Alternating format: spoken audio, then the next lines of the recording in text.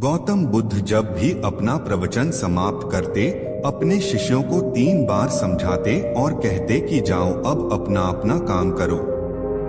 उनका एक प्रिय भिक्षु था आनंद। उसे यह बात अजीब सी लगती कि रोज रोज उसी बात को कहने का क्या मतलब है। और जब एक दिन उससे रहा नहीं गया तो उसने उन्हें टोक दिया। बुद्ध धीरे से मुस्कुराए और बोले, आनंद, तुम्हारा कहना अपनी जगह पर सही है कि भिक्षु को रोज रोज क्या समझाना कि जाओ अब अपना अपना काम करो। पर शायद तुमने यह ध्यान नहीं दिया कि धर्म सभा में सिर्फ भिक्षु ही नहीं, आसपास की बस्तियों के बहुत से लोग भी आते हैं। उनमें से बहुत से लोग ऐसे होते हैं जो पहली बार आए होते हैं। तो उनके लिए मैं यह बात 3 बार दोहराता हूँ। पर यह स्पष्टीकरण भी आनंद के पल्ले नहीं पड़ा।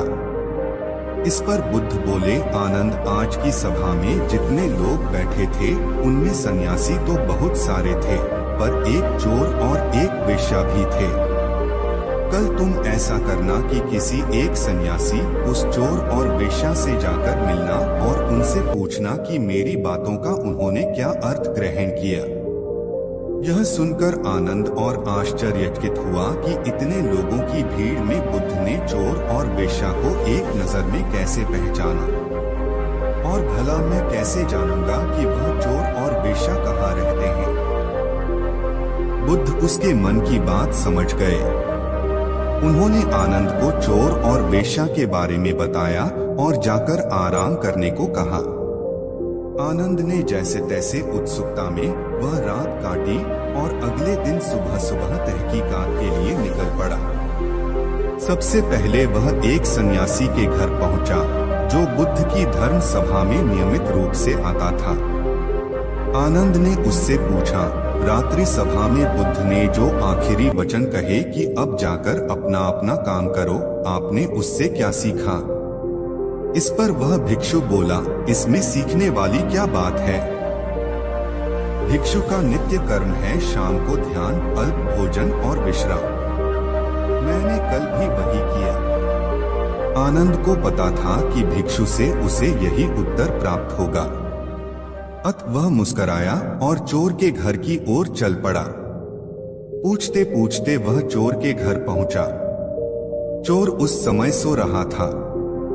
उसे उसके घर वालों ने जगाया और बताया कि भिक्षु आनंद उससे मिलने आए हैं। यह सुनकर चोर चौंक उठा और हाथ जोड़कर आनंद के सामने हाजिर हो गया। आनंद ने अपना सवाल दोहरा दिया, रात्रि सभा में बुद्ध ने जो आखिरी वचन कहे कि अब जाकर अपना अपना काम करो, आपने उससे क्या सीखा। चोर विनम्र शब्दों में बोला, भिक्षु, बुद्ध तो अंतर्यामी हैं, इसलिए आपसे क्या छिपाना। मैं कल रात पहली बार बुद्ध की धर्मसभा में गया और उनके प्रवचन सुने। मेरा तो जीवन ही सफल हो गया।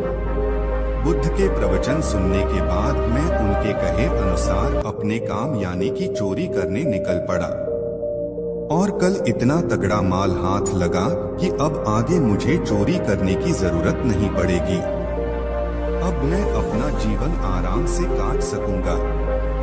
चोर की बात सुनकर आनंद हैरान रह गया। वह वहां से उठा और वेश्या के घर की ओर चल पड़ा। वेश्या आनंद को देखते ही पहचान गई। उसने आनंद को प्रेमपूर्वक घर के भीतर बुलाया और उनके लिए जलपान लेकर आई। जलपान ग्रहण करने के बाद आनंद ने वेश्या के सामने भी अपना सवाल दोहराया। यह सुनकर वेश्या बोली, भिक्षु, भगवान बुद्ध ने अपने प्रवचन के अंत में कहा कि जाओ अपना अपना काम करो। सो प्रवचन के बाद मैं अपने घर आई और अपनी नाच गाने की महफिल सजाई। लेकिन बुद्ध के आशीर्वाद से कल के जैसी महफिल तो कभी नहीं सजी। कल मेरी महफिल में कई बड़े बड़े राजे महाराजे पधारे। उन लोगों ने प्रसन्न होकर इतना धन धान्य मुझे दिया कि अब मुझे धन के लिए ये कर्म करने की आवश्यकता ही नहीं पड़ेगी। आनंद के आश्चर्य की सीमा न रही। वह वहां से वापस महात्मा बुद्ध के पास गया। उसने बुद्ध को जाकर प्रणाम किया और उन्हें सारी बात कह सुनाई। बुद्ध बोले, आनंद, इस संसार में जितने भी व्यक्ति हैं, सबके मस्तिष्क अलग अलग हैं। वे सभी लोग अपनी बुद्धि और क्षमता के अनुसार ही हर बात का मतलब निकालते हैं। इसीलिए मैं अपनी इस बात को 3 बार कहता हूँ कि जाओ अब अपना अपना काम करो।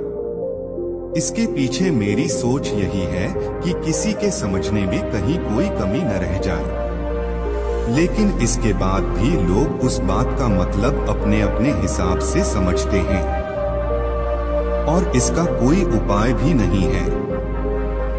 इसीलिए ये सृष्टि ऐसी है। हम इसे बदलने के लिए लोगों को प्रेरित तो कर सकते हैं, पर हमारी बातों का कितना असर उन पर होगा, यह कोई नहीं जानता। इसीलिए मैं सभी के साथ एक समान व्यवहार करता हूँ और सभी को एक समान अपना अपना कार्य करते रहने के